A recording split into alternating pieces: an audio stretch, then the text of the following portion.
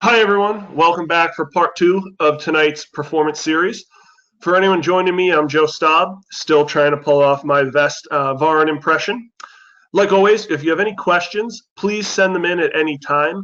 At the end of Carwyn's presentation, we'll have a few minutes for Q&A. Also, for part two, we're going to be shifting gears, and like I just mentioned, we're going to raise the bar with our second speaker. It's not a hard thing to do, having Matt speak first. Kidding. Powell, I appreciate you. You rocked it in part one. You did a great job. So without further ado, joining us now is Carwyn Sharp. Carwyn holds a PhD in clinical nutrition, among other performance-related certifications. He's taught at multiple universities, published numerous papers and studies, and speaks and presents nationally. He's worked as a coach and consultant to hundreds of athletes across all levels of sport, and he's even worked at NASA at one point. He's currently the Chief Science Officer for the National Strength and Conditioning Association. He's an avid endurance athlete himself, and he recently had a birthday, so happy birthday. So thank you for joining us tonight, and at this point, I'll give you the floor and let you take over as you have your presentation ready to roll.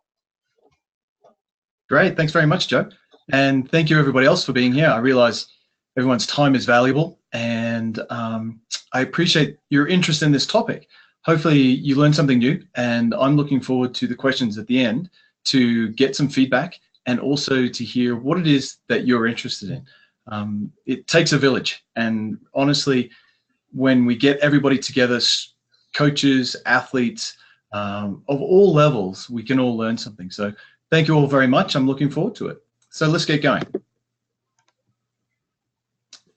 So strength and power training for peak endurance performance. I've tried to use these slides that we have here with the test tubes to highlight the idea that this is not an experiment. Training for endurance performance is a controlled experiment. We work within the guidelines that we know, but there's obviously some individual variance.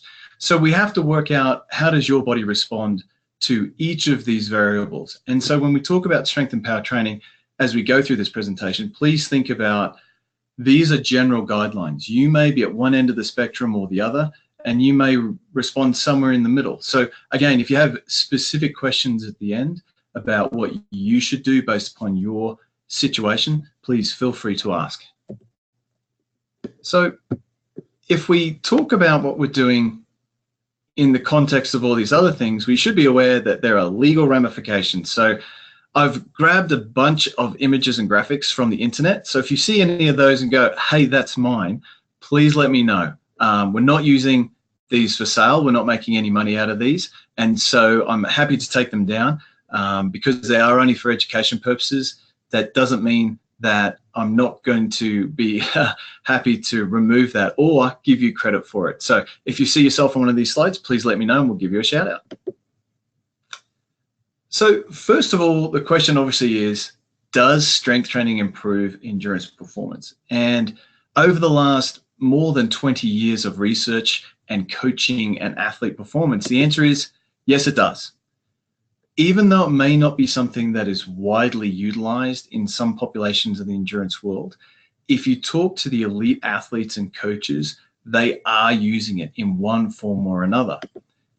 And that's the caveat, if it's done correctly. And that may be why some people don't use it. Maybe they've had some effects that have been very positive for them, or maybe they've heard from others or themselves that it hasn't worked. So from the literature, we find that it does. And there's a lot of literature out there. I'm just going to scroll through and give you some of these. We're not going to go into each one of these training programs or research papers that have been done. But if you can see from these form the gambit of all sorts of endurance training and performances, such as swimming, triathlon, running, cycling.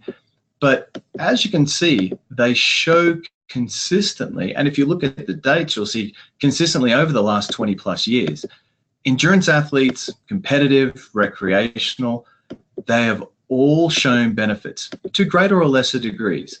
Not all training is the same, and not everybody responds in the same way. But as a whole, we do find that high intensity resistance training for strength or intense training for power improves our performances as endurance athletes.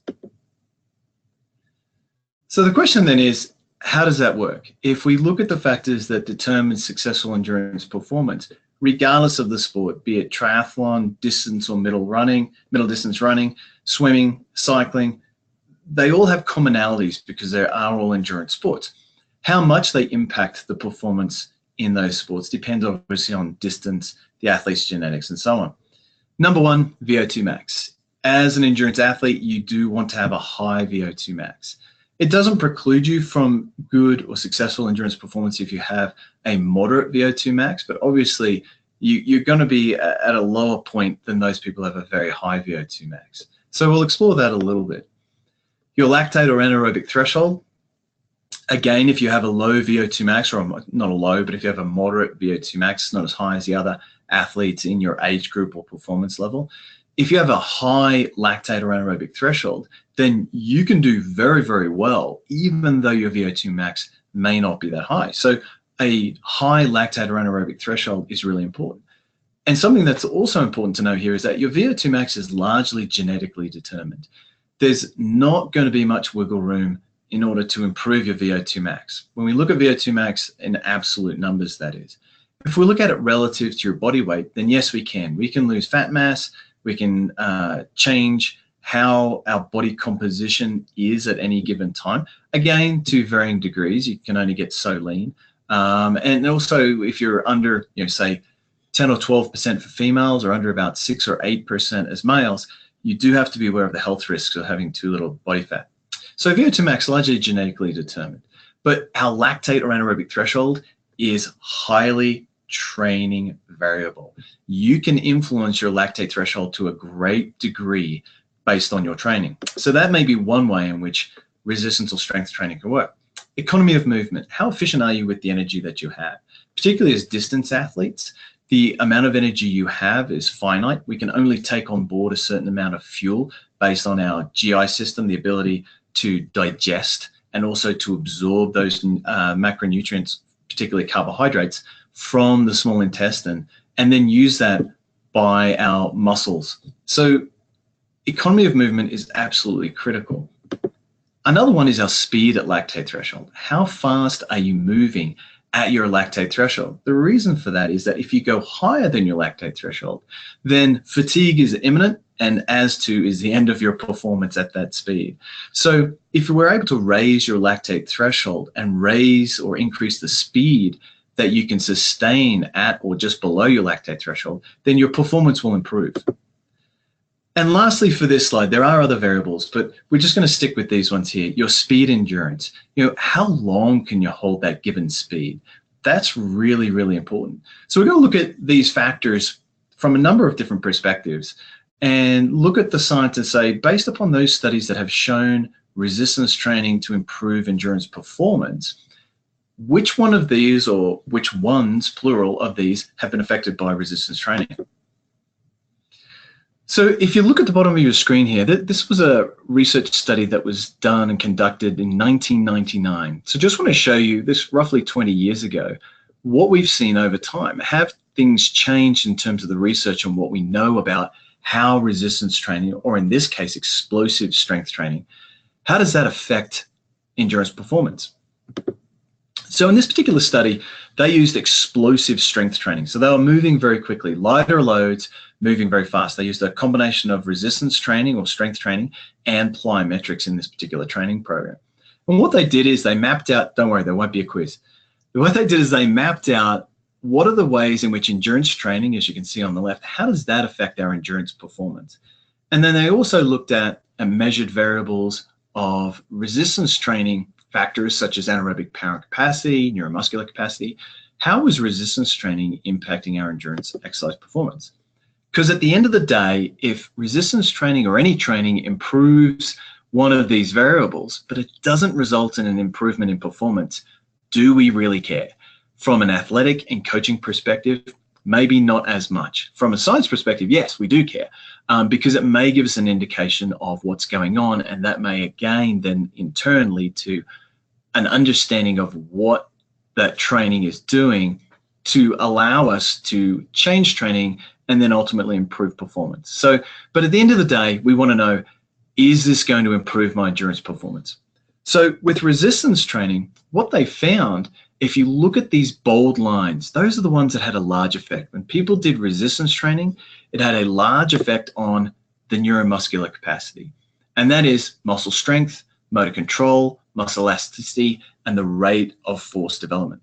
So in this particular study, these athletes, and these were moderately to highly trained endurance athletes, when they did this explosive strength training, they found improvements in 5K running time, but it seemed to be largely because of improvements in strength, rate of force development, and neural factors such as motor control and muscle elasticity. But out of all of those, it seemed like movement efficiency. These individuals, after doing this training, were able to move more efficiently. They used less energy to move, which means they had more energy available to them if they wanted to go faster and or, in the case of distance runners, if they wanted to go further. So this is back in 1999. Let's jump forward to 2010, so 11 years later, but still that was 7 years ago. Another group, what they did is they looked at strength training on endurance capacity in a high level, elite national and international level endurance athletes. And what they did is the same thing, is they looked at the strength training and said, which factors seem to be improved by this strength training? And again, they found improved neural function. Specifically, they found an increase in maximal voluntary contraction. And I should say this right now, I'm going through the science, but we are going to spend most of the time on practical, which is how do we do this strength training? What do I need to do in the gym in order to improve it? But I just want to lay the foundation from the science perspective first, then get into the coaching and the athlete in the weight room.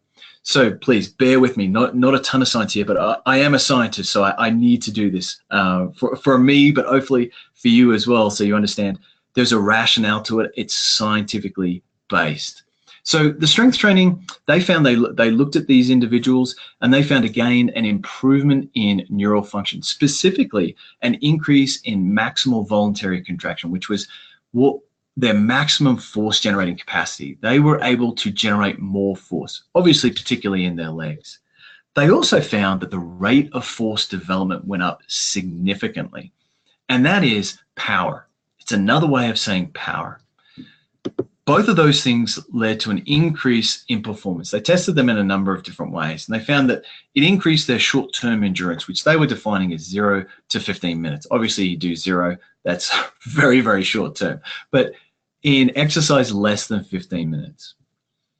What they also did is they did some muscle biopsies, and they found that this sort of strength training increased their type 2A fibers. So quick physiology, 3 major types of fibers. There are more than those now, but if we stick to the 3 major ones, we have our type 1 or slow twitch fibers. Those are the very aerobic muscle fibers that we would expect in endurance athletes.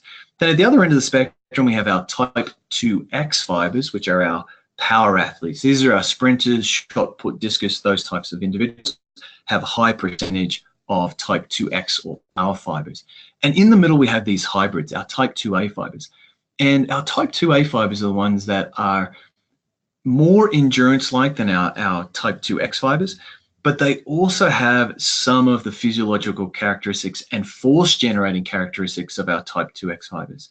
So they have more endurance, but they also can produce more muscle force. So this comes in handy when, for example, if you're cycling or running up a hill, trying to break away from the lead pack, if you're swimming into a current, or again, you're trying to break away from the pack.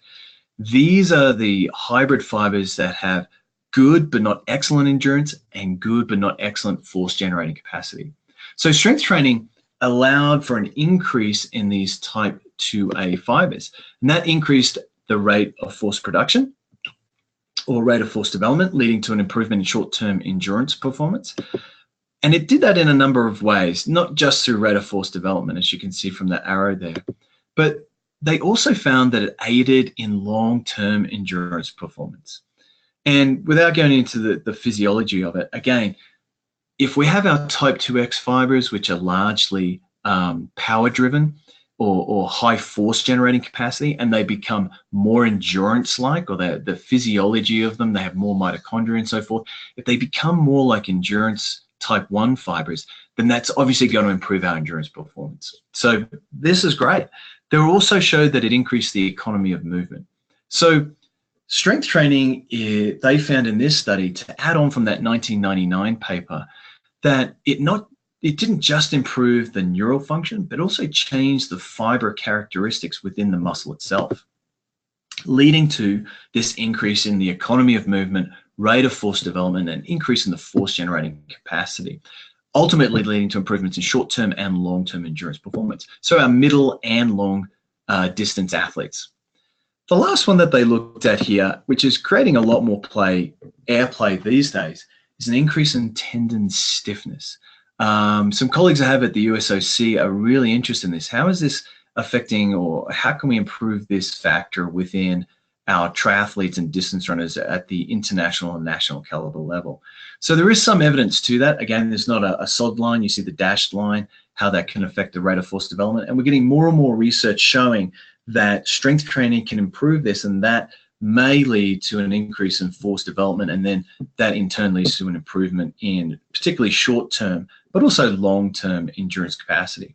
So we found that in 2010, these individuals and others, I'm just giving this as one example of a paper or research that was done, that they supported what had been shown back in 1999.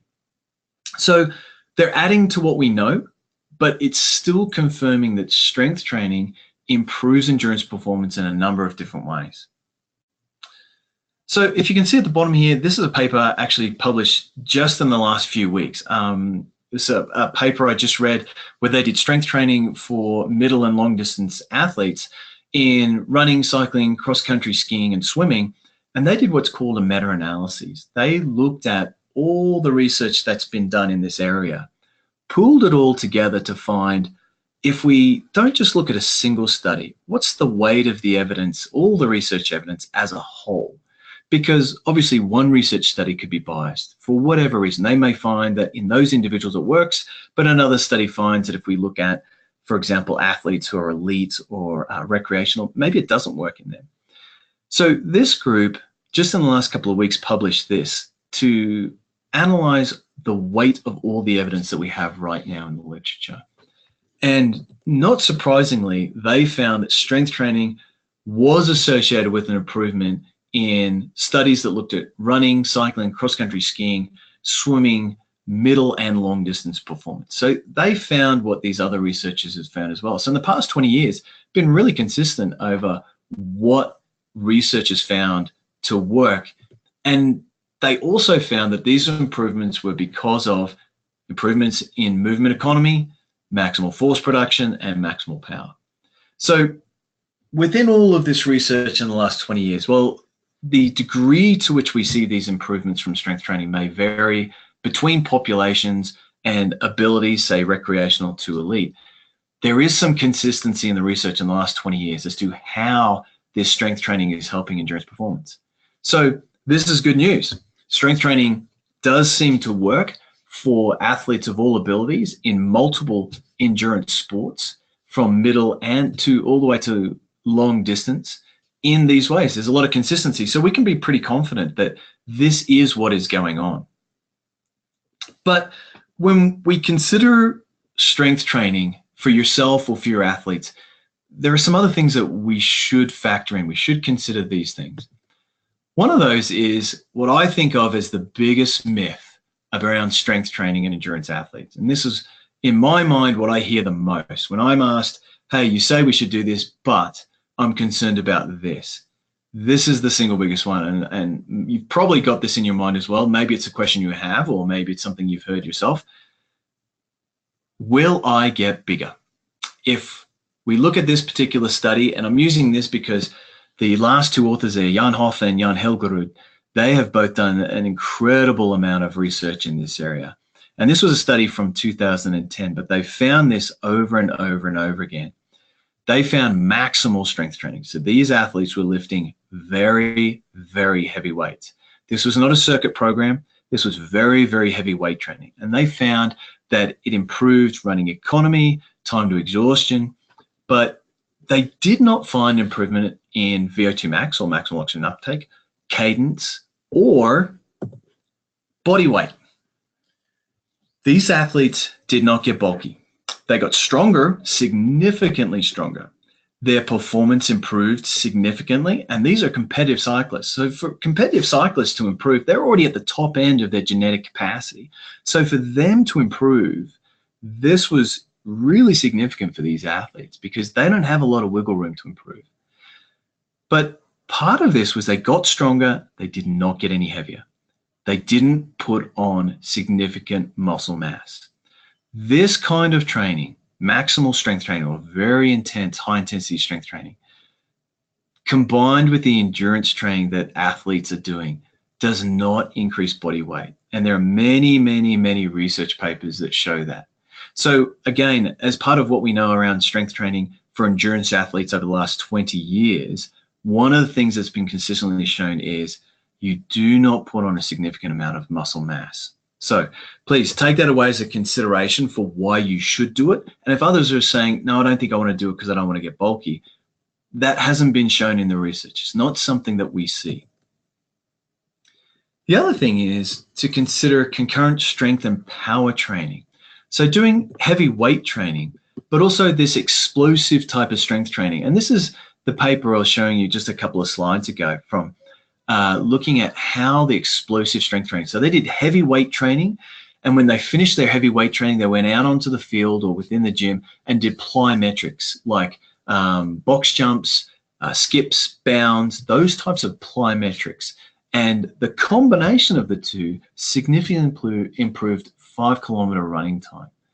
And that's pretty amazing. So there is some evidence that if you combine strength and power training, that may be better than just doing one or the other. So I wanted to highlight that. And again, as you saw before, how they did this and what happened, this is all great. Strength training will not improve VO2 max. It won't. And that's fine because your endurance training is what's going to affect VO2 max up to your genetic capacity. So the goal of doing strength and power training is not to improve your endurance capacity via VO2 max. The goal of strength and power training is to get you stronger and more powerful. So if you're going into the weight room to improve strength and power, you should be lifting heavy or lifting fast. Obviously, with a strength and conditioning coach or a qualified personal trainer or strength and conditioning coach who can make sure that you're doing it safely, doing the movements in the correct manner, so that you get the biggest bang for the buck out of your training. But again, I just want to highlight with this last one, when you do this type of training, circuit training is not the biggest bang for the buck. That can improve to a very small level your endurance capacity, but that's not why you're in the weight room. You're in the weight room to get strong and powerful. So let's get to the specifics, the nitty gritty. What do I do if I want to improve my strength, speed, and power through strength training? Reps, sets, let's get down to that. So specifically, power is a function of force times speed. It's not just the amount of force you can generate, or in this case, the amount of weight you can lift. That is one way. But if you look at, if we want to become more powerful, then we want to generate a lot of force, or we want to be able to generate that force quickly, high speed. So there's two aspects to becoming more powerful, which again is one of the key ways in which rate of force development, in which we improve our endurance performance. So the goals then should be one of two things, or ideally both of these things. One, increase your force generating capabilities. You want to get stronger. You want to be able to lift more weight, move more mass. And the other is to increase your speed, or the rate of force development. So there's two different ways that we can tackle this issue. When it comes to generating more force, so our maximum strength, you need to lift heavy. You need to be lifting 85 or more % of your 1 RM, your 1 repetition maximum. That's the maximum amount of weight you can lift for that particular exercise, let's say a squat, while maintaining proper form. It's a safety issue, but it's also, if you want to get the most out of lifting, you want to be able to, or not want, you need to be able to do it in the correct manner. So work with a qualified strength and conditioning specialist, a strength coach, or a personal trainer. Get the movement patterns down first, then start adding weight. You don't just jump in and do 85% of your max. Learn the technique, lay a foundation of technique and skill, and then add weight. The Most gains have been found out of doing 2 to 6 sets, depending upon the weight and depending on your experience level. 6 or less repetitions with 2 to 5 minutes rest between those sets. And I'm going to come back to this whole rest idea a couple of times, because one of the biggest issues we have as endurance athletes and coaches is time. Where do we fit in the time? And I'm going to address that a couple of ways. First of all, here's an example of a training program that I've used for myself and with some of my athletes. So this is what we've done, again, after we've laid a foundation and the technique is good. So these athletes do a squat. They do warm-up sets first, and then they do between 4 and 6 repetitions with as heavy a weight as they possibly can. But they're supposed to rest for at least 2 minutes. And we typically work on the lower end. Rather than waiting 5 minutes, I work on the lower end for 2 reasons. One, we're endurance athletes, so we are used to working with minimal rest. So we're better able to tolerate and recover faster. So 2 minutes is what I use with myself and most of my athletes.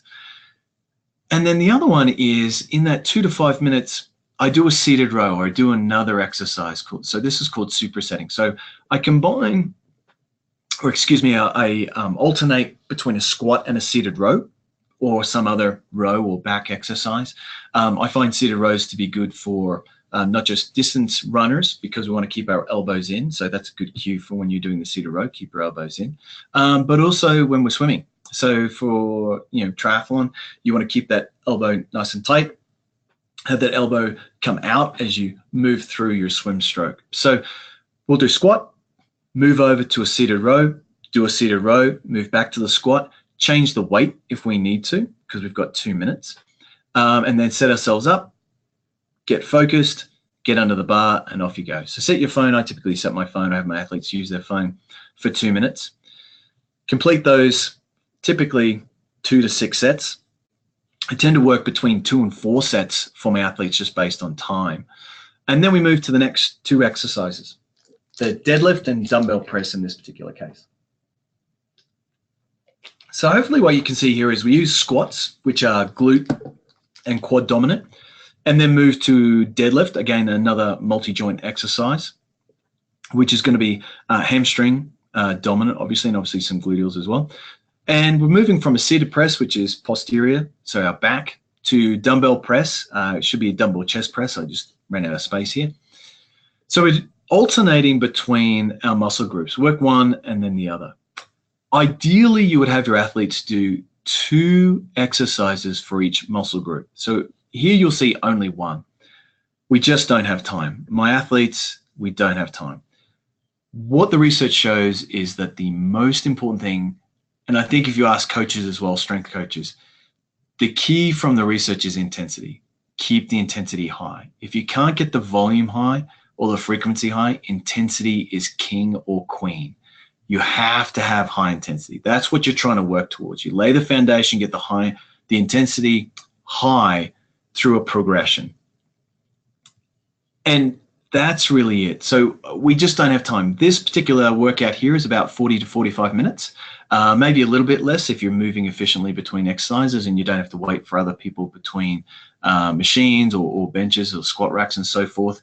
So this is something that my athletes can do in their lunchtime. They can do it before work. They can do it at lunchtime. They can do it after work. It doesn't have a huge impact. So my athletes will actually do this 3 times. Recommendation is twice a week, but because they don't get the volume in each individual workout, they will do this one 3 times a week.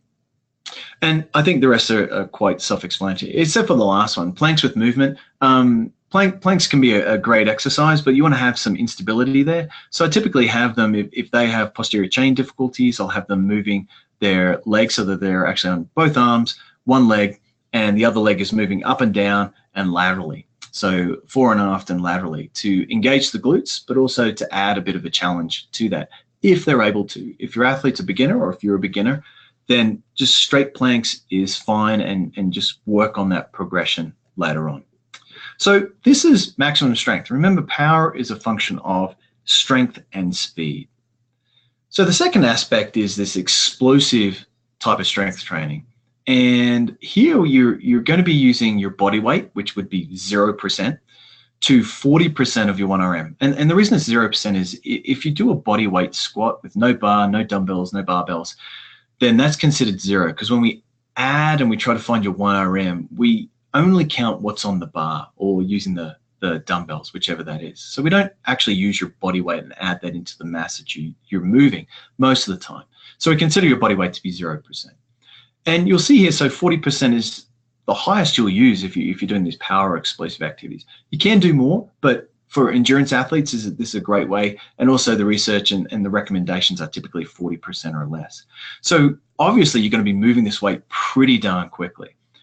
3 to 5 sets, low repetitions, 3 to 5, and again, 2 to 5 minutes rest between these sets. So here's another example, and this is a progression that I'll use with my athletes where they'll set the stage in terms of technique, they're using heavier and heavier weights, and then they progress to these more power exercises. So rather than squats, they'll progress from squats to other exercises, and they'll come to squat jumps, typically with 0% of the body weight, and then we might add a dumbbell in each hand. And then 4 to 6 repetitions of those. A TheraBand row, because they can be more powerful, they're moving that really quickly. They'll loop that typically around one of the machines that they're going to be using, or the squat rack, something like that. They can move that quickly. Then they'll alternate between those exercises. Then for our hamstrings, good power exercise, and there are many of these, hang snatch, alternating with an alternating dumbbell press on the physio ball. I would like to highlight here the BW glute ham raise. This is a great exercise for posterior chain, your hamstrings, glutes. It's a great exercise. If you Google this, if you're not familiar with it, Google it. Talk with your strength and conditioning professional. They can help you with this. This is just one. There are many exercises. I like this in a power training phase because most endurance athletes, our posterior chain is weak. Quad, we often, especially as recreational athletes, have a running style or a cycling style that is quad dominant. So our quads tend to be quite strong, and our glutes and hamstrings just don't seem to be strong enough. They're not trained enough. So here we'll do hang snatches, which is a good power exercise for the hamstrings. And then we'll do another hamstring exercise, this body weight glute ham raise. Again, because most endurance athletes are pretty weak when it comes to hamstrings and glutes. So it's a good way to get in the extra volume and also with a different stimulus of exercise there. So this is just another example of how you would do this power training from the recommendations in the previous slide. Then there's plyometrics. For plyometrics, these are our hops, skips, bounds, those sorts of things, box jumps and so forth. Plyometrics, beginners, those with no experience doing plyometrics, or they don't have experience with strength training, so they're not used to the high impact of plyometrics. And they'll do, well, the recommendation is 80 to 100 foot strikes. And a foot strike is a 1 foot. So if you're hopping on one leg, that's 1 foot strike for each hop. But if you're doing a 2 foot hop or jump, when both feet leave the ground at the same time and then land at the same time, that's 2. So you can see at the bottom end here, 80 would actually be each foot hitting the ground 40 times. So if we do hops in place, we would do 2 feet first. You might do 10 of those. That would actually end up being 20 foot strikes.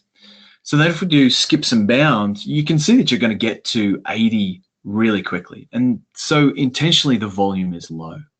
For those people who have some experience, you might bump up to 100 to 120 is the recommendation. And for our advanced, these people with considerable experience doing plyometrics and weight training, they might do 120 to 140.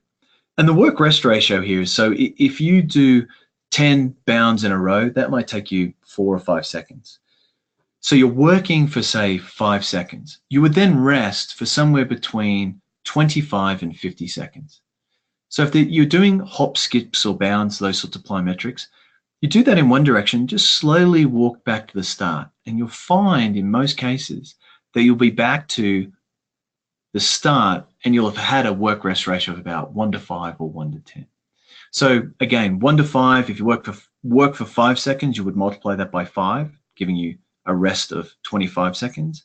Or in the case of 1 to 10, it would be 5 seconds multiplied by 10 give you 50 seconds. So somewhere between 25 and 50 seconds. Plyometrics and power training, you want to be fully recovered before you start the next set. So have your athletes or yourself take your time. Don't rush this. Endurance athletes, this is hard. We're not used to long rest periods at all, usually not used to any rest at all. So really focus on the time. Give yourself adequate time to rest and recover. So our progression then, always low to moderate volume when it comes to plyometrics. And start with a low intensity, so 2 feet hitting the ground at the same time, and not jumping very high. Just start with very low intensity in both those ways, increasing to moderate intensity, and then as you become more adept, you become more skillful, and your body is accustomed to the impact of your feet hitting the ground, then you would move to a moderate to high intensity. So some examples, again, 2 to 1 feet, jumps in place with both feet. You could then progress to jumping in place with 1 foot, which we would call a hop. Standing jumps, so 2 feet like a broad jump, 2 feet, jump as far as you can, you land on 2 feet.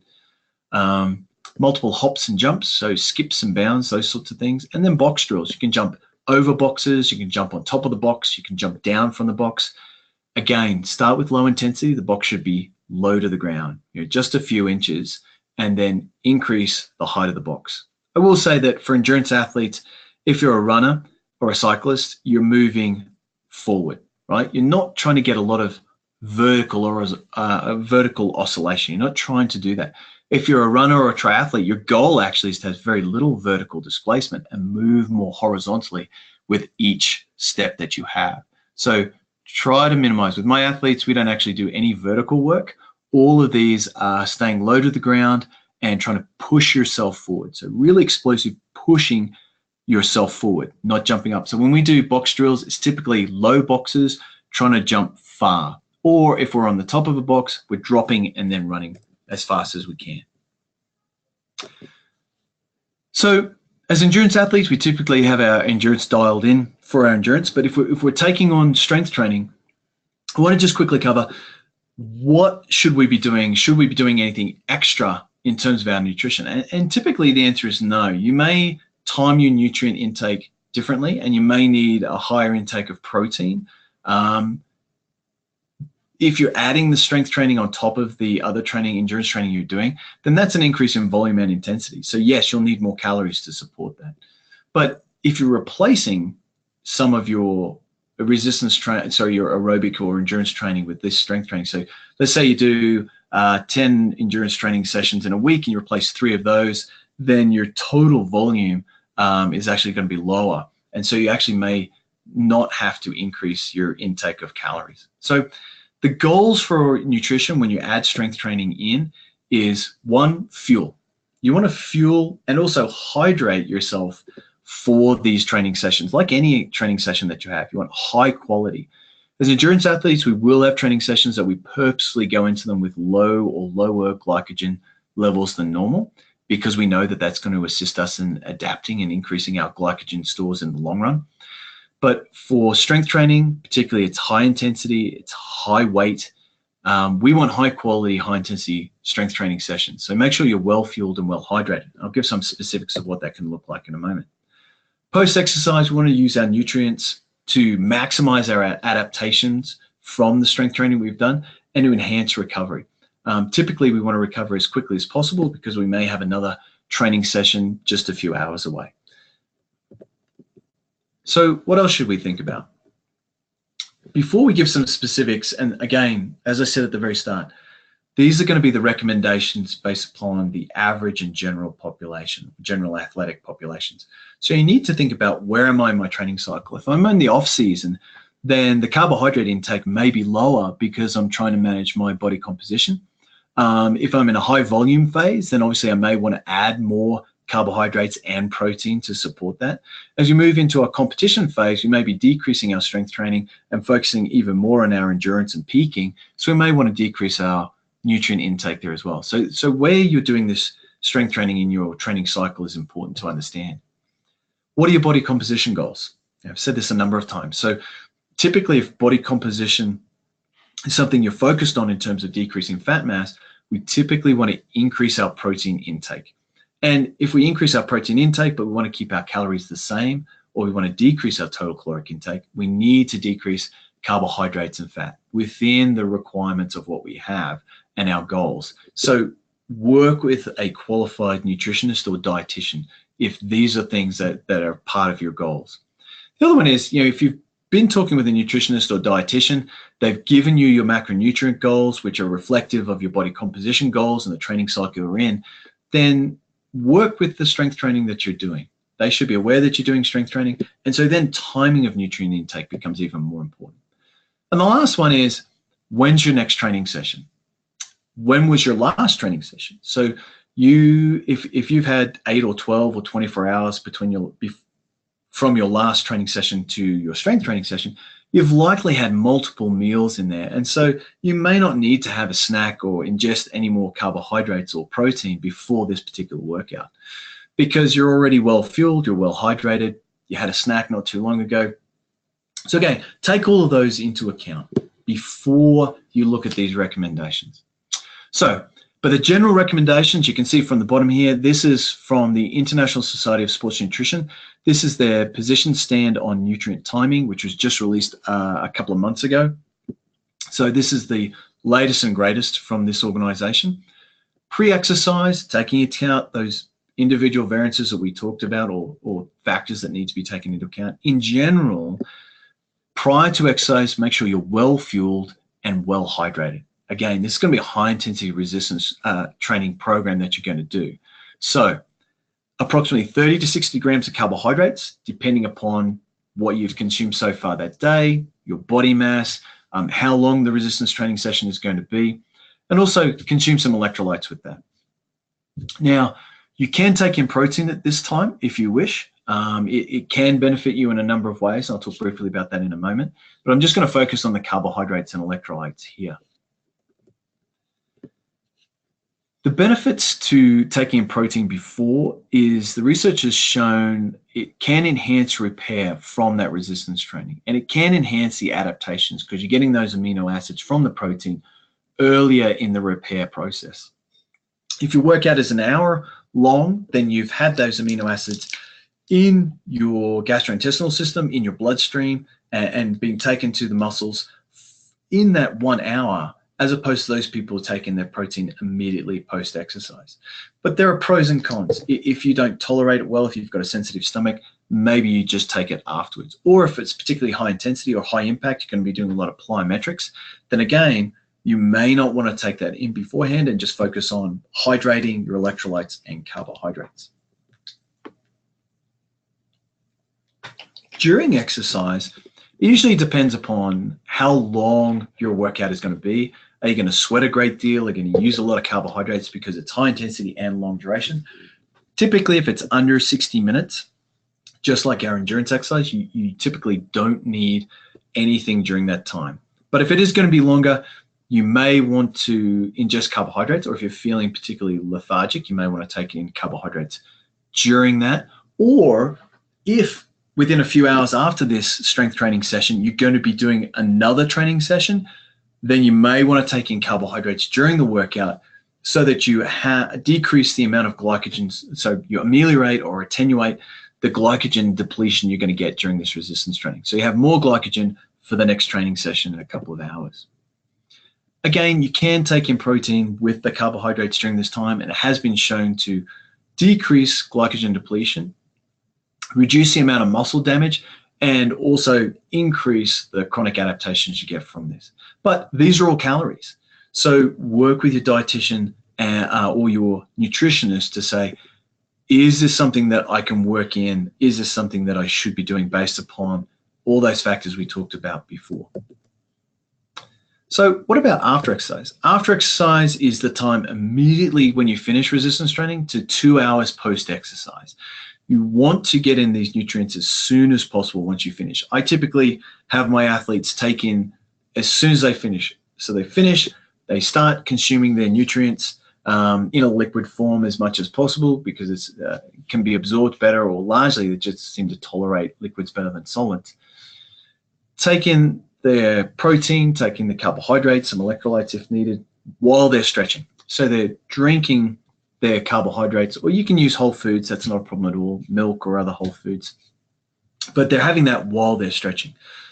Protein-wise, 20 to 40 grams of a high-quality, easily digested, high-leucine protein is what we're after. And that's a good description of whey protein, which is one of the proteins we get from milk. But you can take in other protein sources. How much? This 20 to 40 range, obviously that's quite a lot, but it depends on your weight, training, and those sorts of things. So a couple more words on protein. For athletes, typically the recommendation is 1.4 to 2 grams per kilogram body weight, split over the meals and snacks that you have. High quality, so eggs, milk, dairy, whey, casein. There's a whole bunch of the various plants, protein sources you can take in as well. All of those, try to be evenly distributed throughout the day. That's the recommendation. So about every 3 hours is what we're striving for, so that you get this flow of amino acids and nutrients to help stimulate and maximize our adaptations and repair. This was a paper recommendation that was put out last year. Truth be told, full disclosure, this was a study that was done in elite level soccer. So not typically endurance athletes, but soccer players. But there have been other papers, I just couldn't lay my hands on them. They're in one of my piles somewhere. What they found is that in most cases, these athletes, when they were surveyed, they did not follow the recommendations for protein in terms of how they were distributed throughout the day. And what they found was significantly lacking was how much protein they took in at breakfast. So look at what you consume for breakfast. Are you getting enough protein? If you're supposed to be getting 20 to 40 grams or thereabouts for each meal, are you getting 20 grams of protein with breakfast? It's really important to look at that. Most people get sufficient amounts at lunch and dinner, but are you getting enough with breakfast?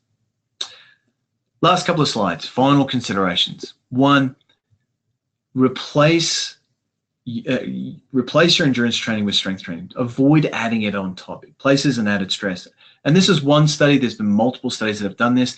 In this particular study, they actually replaced 20 to 33% of these well-trained endurance athletes. They took 20 to 30% of their endurance training and replaced it with strength training. And what they found was increases in performance. Okay, the strength training response to muscle hypertrophy, 1RM strength, squat strength, and everything else was reduced if they added the strength training. If they maintained the total amount of endurance training they're doing, they added strength training, they actually found there was an impairment. Endurance training inhibits the adaptations to strength training. So if you take out 1 in 5 of your endurance training sessions and replace it with strength training, you'll get better results than adding it on top. Plus, you're not going to be as fatigued. You're not going to have more training sessions, so your body has more time to adapt and repair and recover as well. This was another study where they found exactly the same thing. This one was in trained cyclists. And again, if they replaced about 20 to 30% of their endurance training with strength training, they improved more. This is really, really important. So please consider this. Don't just add resistance training on top. I highly recommend that do what's most important. As an endurance athlete, our endurance training is most important. We want to be endurance athletes. Running, swimming, cycling, cross-country skiing, whatever it is, if you're doing 2 sessions in a day, do your endurance training first, do your resistance training later. There's a number of reasons for that. One of them is it's going to reduce the effect of fatigue from the previous training on the next one. So if you do resistance training, you'll still have residual fatigue when you do that endurance training later on. And that can affect the quality or the volume of that endurance training, or both. So I highly recommend, if you're doing 2 or 3 training sessions a day, have your resistance training as the last one. That may not work out. The reality may be it just doesn't work out for you. You can do it the other way. Just be aware that there is going to be that residual fatigue.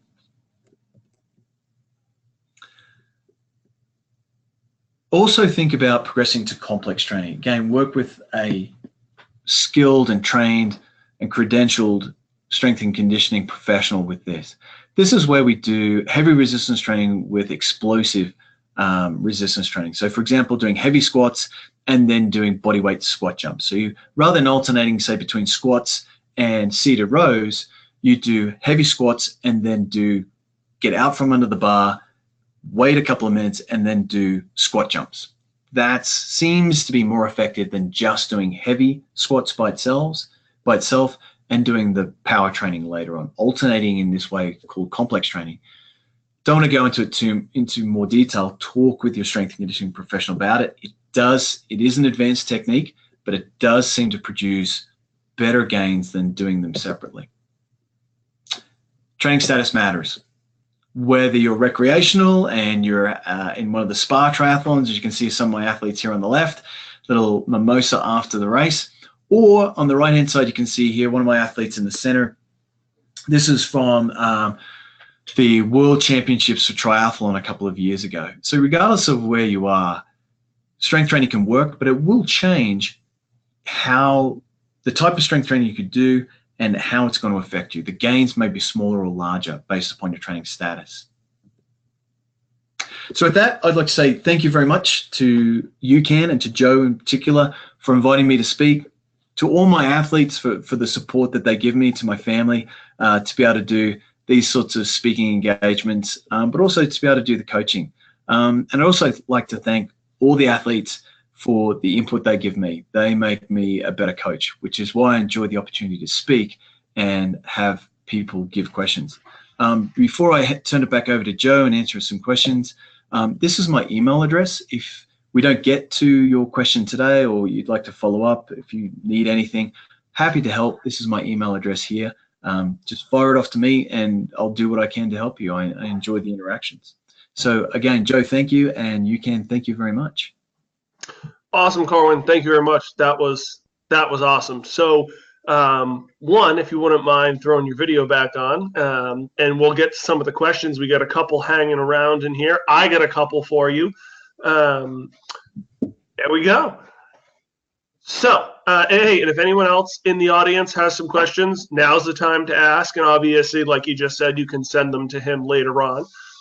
So one of the questions was in terms of, from Ed, combining the strength training exercises into a single workout. And to kind of throw a caveat onto that is it something where if people aren't familiar with resistance training, is it something where they can do power, strength all at once? Should they keep them separate days? Kind of just give a real brief idea on how to incorporate strength and power, whether it's in the same workout or whether it's broken up into different parts of a bigger training plan.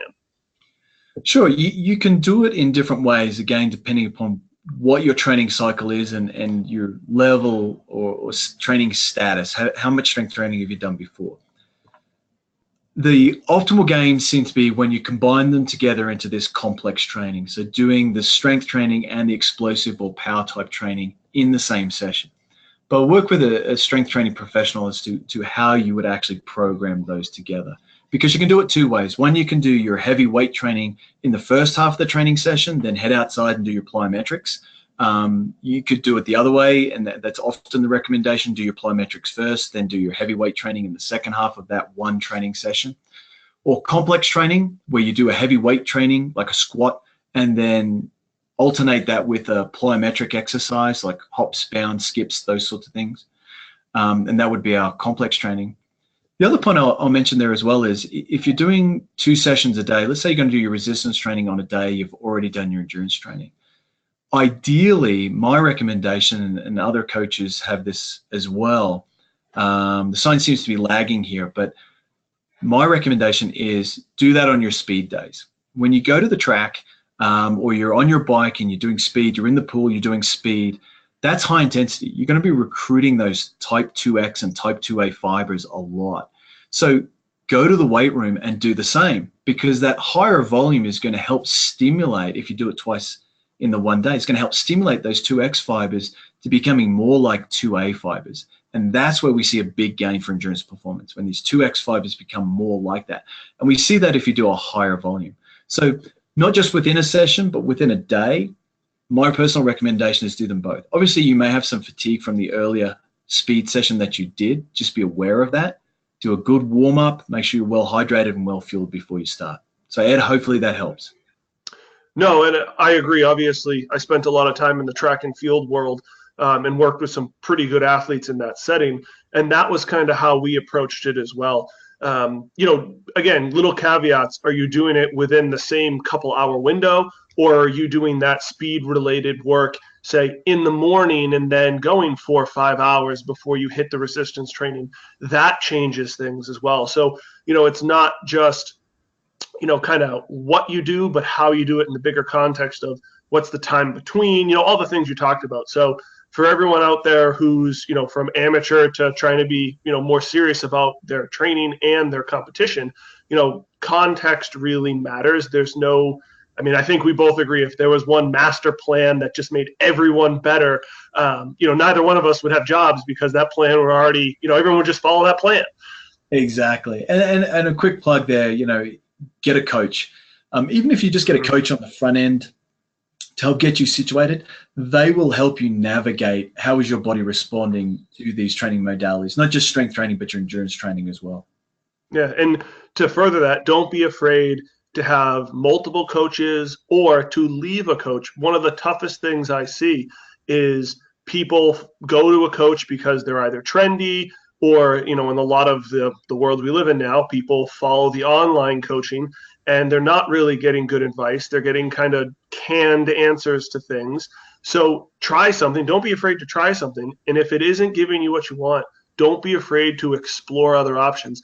The best coaches I've ever worked with in any setting have always been open to getting input from other people. So if you're out there and you find whoever you think you should be going to, it may not be working, it may not be what you want, and they're very resistant to you getting any outside ideas, you don't want to be with them.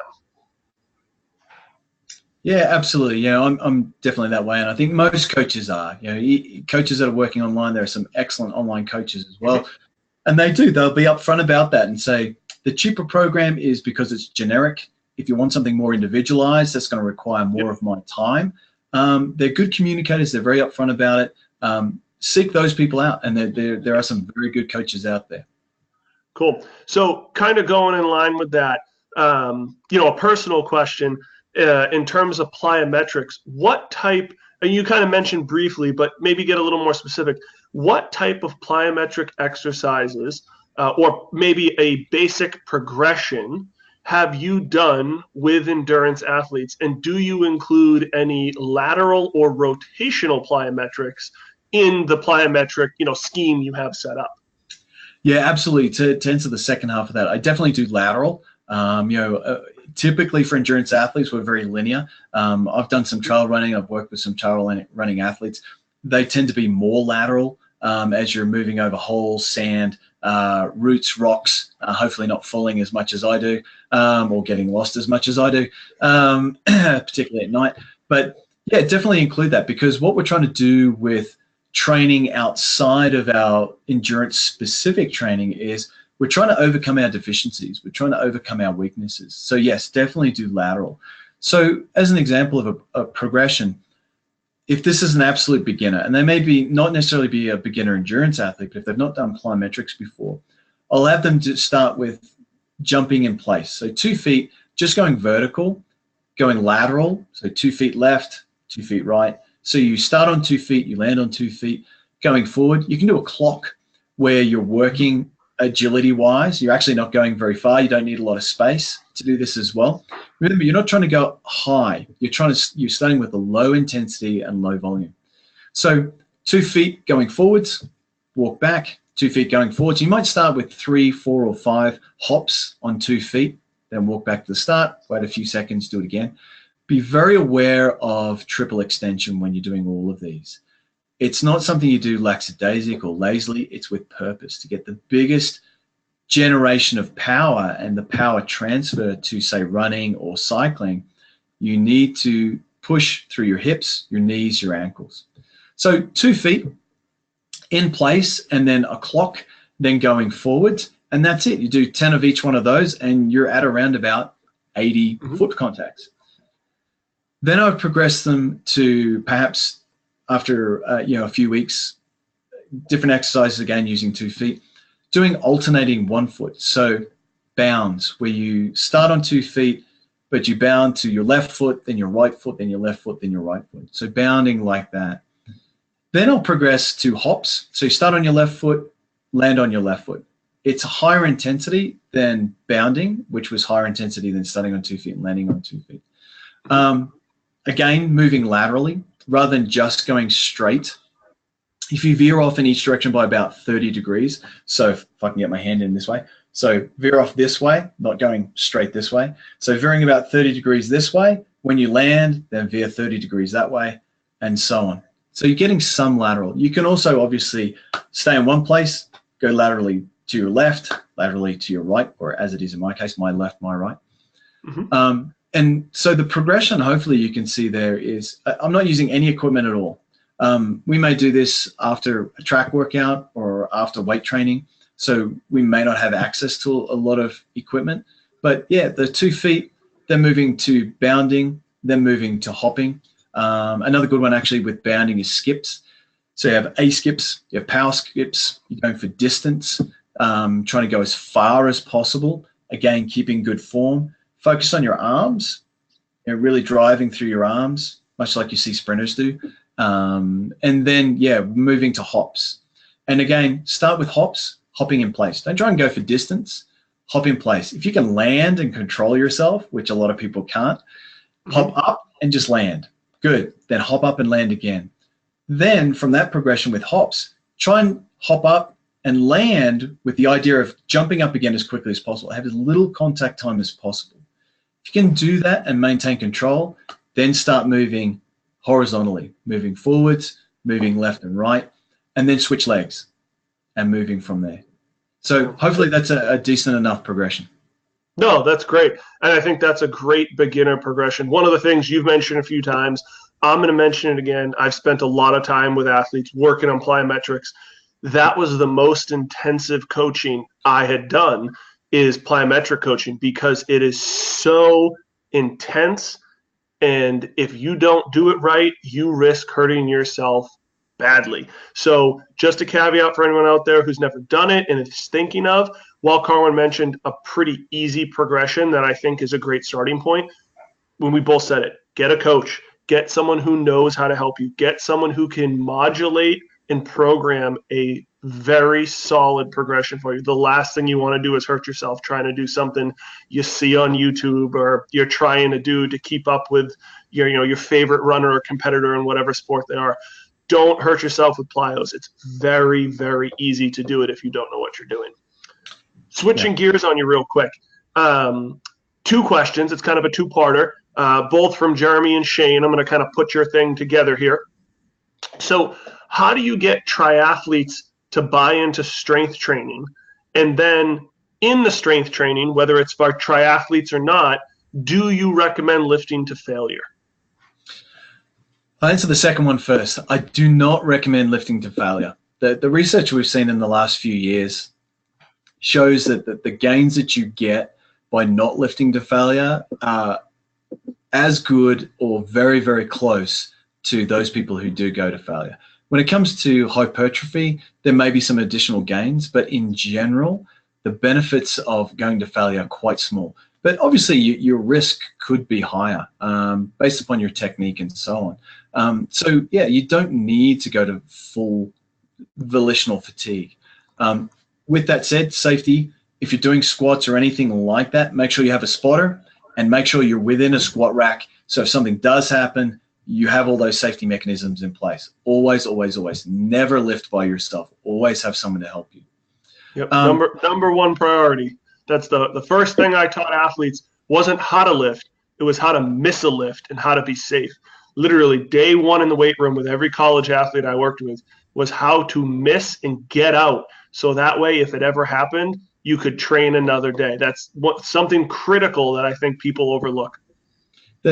For me, I totally agree, Joe. Yeah, absolutely. I talk with my athletes in terms of you can't improve if you're injured. So number one, stay healthy. Whatever you need to do, get more sleep, your nutrition, whatever it is, stay healthy. Avoid injury through being smart. Just do the things that you need to do like this to stay safe in your training, whatever that training is. So how do you get endurance athletes to buy in? For me, being a scientist, this is what I show them. And if anybody is interested, if you say, hey, can you send me any of those papers? I absolutely can. I can send you the list. I can send you a PDF.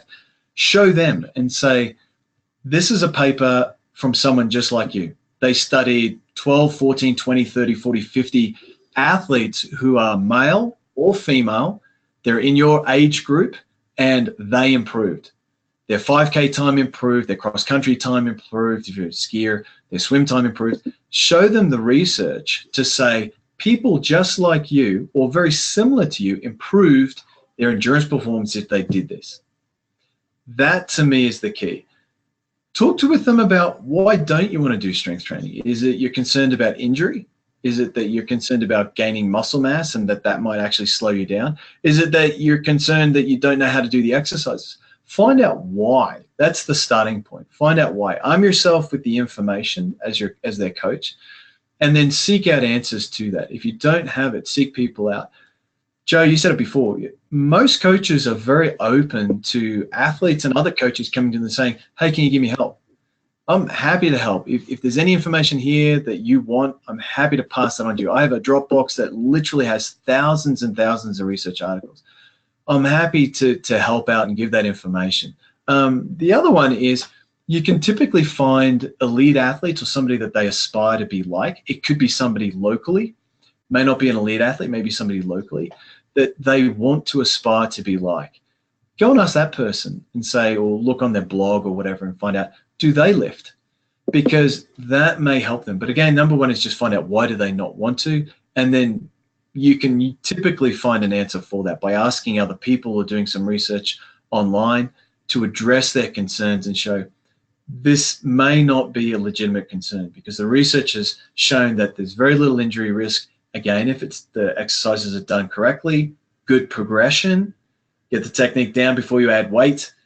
These are the issues that we can deal with and we can find that for you. So ask, get the information first, and then ask other individuals, coaches, research scientists, nutritionists for the information to help you answer their concerns. Never, ever, ever dismiss their concerns as being trivial. They're not. They're asking you, they have a concern because it's very real to them. They have the information that they have at hand, and that's concerning to them. So arm them with more information.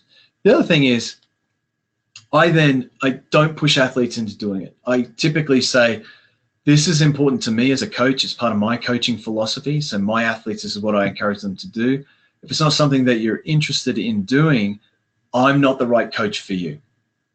There are other coaches who might do that. And again, I think good coaches do that. Good coaches will talk with athletes and then pass them on and just say that's not how I coach. You're somebody that does high volume. I'm more conservative in volume. You're somebody that likes lots of high intensity, then I'm your coach for you. Ask them questions, and don't be afraid to say, I'm not the right coach for you. And that's very tough if you're coaching it for a living. If that's your full-time job, it's tough to let people go. But they're going to be happier, and you're going to be happier because you're not going to be as frustrated. But I've said 4 or 5 times already, ask them why. Gather the information first from the athlete. Why do you have concerns? And also reassure them that you are not casting any doubts upon them that is a very real concern for them. You want to discuss with them why, so you can help them get information about what do we see in other athletes like you. Do they do it safely? Do they get the benefits? Let's go down that path and see what we can find for you. Because the vast majority of the time, the answer will be, yes, we do have information that can help. But not always. Sometimes you just got to let them go. No, couldn't agree more. All right, last question, another 2-parter. So, obviously there's going to be some wiggle room in this question. The first part is from Chris. The second part is from Steven. Chris, who is actually going to be running a 100-mile trail race in 6 weeks, kind of wants to talk about tapering and when specifically related to his strength training prior to the competition. Part 2 of this goes into the older athlete, regardless. Question from Steven was, being an older athlete, he finds he needs more rest. So again, they kind of tie in with tapering and recovery. But if you wouldn't mind first hitting kind of how you manage tapering from a strength training standpoint for more of an ultra endurance person doing 100-mile, and then kind of for the older athlete themselves, who just need more recovery simply because they are now chronologically and biologically an older person? Absolutely. Yeah, both very good questions. Obviously here in Colorado, I'm here in Colorado, I don't think I mentioned that. And so we have a number of great, 100-milers, 50-mile races here, trail races in particular. And this is something that we talk about is, when is the best time? And there's really two camps in terms of coaching and also in the literature. One is that some of the research has shown that you can stop strength training about 7 to 10 days out, somewhere around there, and still retain the gains from that before a race. So you can actually cut it out. And I know a number of coaches that do that. They just prefer their athletes to rest and recover. And obviously resistance training is going to do some damage. There's no doubt about that. So they just cut it out totally. And there is some research that supports that you will maintain those strength gains somewhere around the 7 days. Most of the research is somewhere between 4 and 7 days. So that is something that you can do. Probably not like 100 where you might have 3 weeks of peaking. I prefer the term peaking rather than tapering, where you are maintaining your intensity of your training but reducing the volume. So intensity is king or queen. Never forget that, whether it's resistance training or endurance training. Maintain the intensity. The research also seems to support the idea of frequency of training. If you were training 7 days a week, typically keep that 7 days a week, even for 100. Most elite ultra runners will still run the day before 100, just a few miles, because they're so used to it. They can feel very stale. You don't want to feel stale during the first 10 miles of 100. You want to hit the starting line because everyone else is gaining ground on you. They're getting ahead of you in that first 10 miles while you're easing into it, right? So typically maintain frequency in terms of your endurance training. But one camp is just to cut it out around 4 to 7 days before your race, be it a 100-miler, a marathon, triathlon, or so forth. Now, the other one ascribes to the idea of maintaining frequency, intensity, and reducing volume. Just the way that you would reduce your volume of your aerobic or endurance training, you reduce the volume of your resistance training as well. So you maintain that frequency if you're training 2 times a week, which is typically all you need if you're doing high-quality, high-intensity work. Still doing those 2 resistance training sessions, but cutting your volume down. If you were doing 4 sets, cut that down to 3, then to 2, then to 1. There is evidence in the literature for that. Some coaches do it that way. They prefer that way. This is where the individual approach works. I will say you're 6 weeks out. If this is not your A race, experiment. This is okay. I wouldn't personally do it. I wouldn't personally recommend it. 100 miles is a long way to go and find out you didn't do it right. So 6 weeks out, whatever you've done in training, because you would have had lead-up races to this, whatever you practiced in the past, whatever you found that worked, do that. Never try anything new on race day, right? When it comes to peaking, never try anything new now. You should have had a marathon, half marathon, 50-miler leading up. That was the time to do it. So it's good that you're interested. This is not the time. If I was your coach, I wouldn't try anything new. Whatever you've done in the past, this is what we're doing now. Mm-hmm. But those are the 2 major camps in terms of the research and the coaching. And both seem to work based upon the individual. And you've got to try that out. Last thing, don't try anything new now. Or always the golden rule, right? Mm-hmm. So when it comes to the masters athlete, a couple of the articles that I showed where I had just sort of had those pieces coming into that one of those early slides was that high-intensity resistance training does work for masters athletes. It does improve all the things that we've seen in younger athletes. It does work. So how much recovery do you need? It is going to do damage. Again, it depends on how your body copes with it, which it can be a gender difference. It can be your age, but also people of the same age and same gender recover faster or slower just based on their own genetics, their own hormonal levels, their sleep patterns, all these stress levels. They all are going to affect how fast you recover.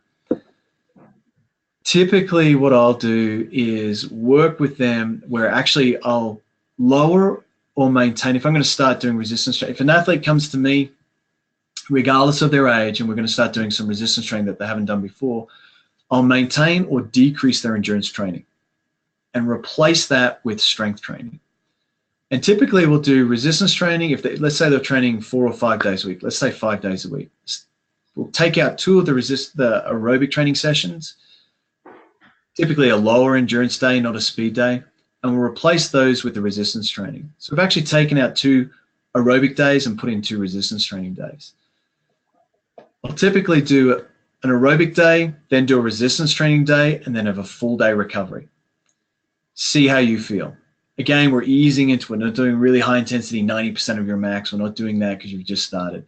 But we're going to be adding weight that you're not used to. You will have some soreness. Some soreness is okay, and it should be within your tolerance. So I'll typically have a day's recovery. Then get them back out doing the swim, bike, run, cross-country skiing, whatever they're usually doing. After that 1 day rest. If they start that workout and they're not feeling good, feeling sore, too sore, stop. Take another day's rest. After 48 hours rest, then start again. What we find is that with resistance training frequency, over time, you're better able to tolerate it. It doesn't do as much damage to your body, just like resistance training. Just like our endurance training. So you do get better and better at it. But typically, you will need more recovery as a masters athlete. You are going to need to get used to not just doing the resistance training, but also getting used to the recovery time after that and seeing how that affects you individually. But typically I start with 1 full or 2 full days of recovery after that first couple of resistance training sessions. After the 2nd or 3rd week, we may be able to cut that back down to 1 day from 2 days. But typically that's what I'll do if you're just starting strength training. Awesome. No, it's good because obviously there are some people asking, and we have a couple other questions, unfortunately, and we're not going to be able to get to right now. Obviously, Carwyn mentioned his email. My email is my name, joe.staub, S-T-A-U-B, at ucanco.com. You can find me on Instagram at ucan_Joe.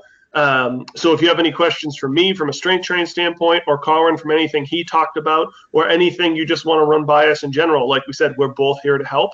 Thank you, Carwyn, for being here. This has been awesome. It's awesome to hear you definitely raised the standard from Matt. I just had to give another little jab for him.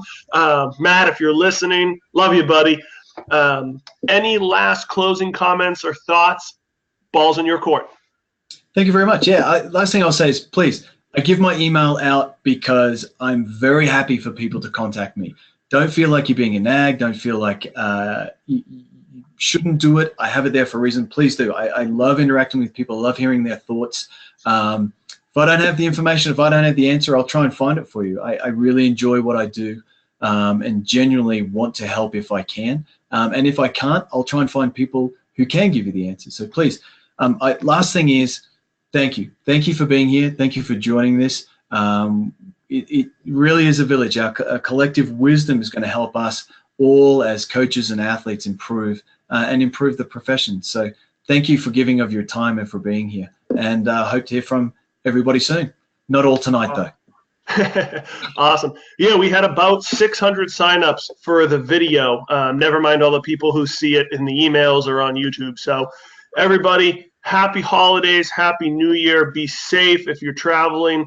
Make sure you're taking your UCAN when you need it. And otherwise, Carwyn, I'll be talking to you at some point in the next couple days, but probably maybe we'll save it for next week so you can enjoy the holidays. Sounds good. Thank you, Joe. Thank you, UCAN. Everybody, happy holidays.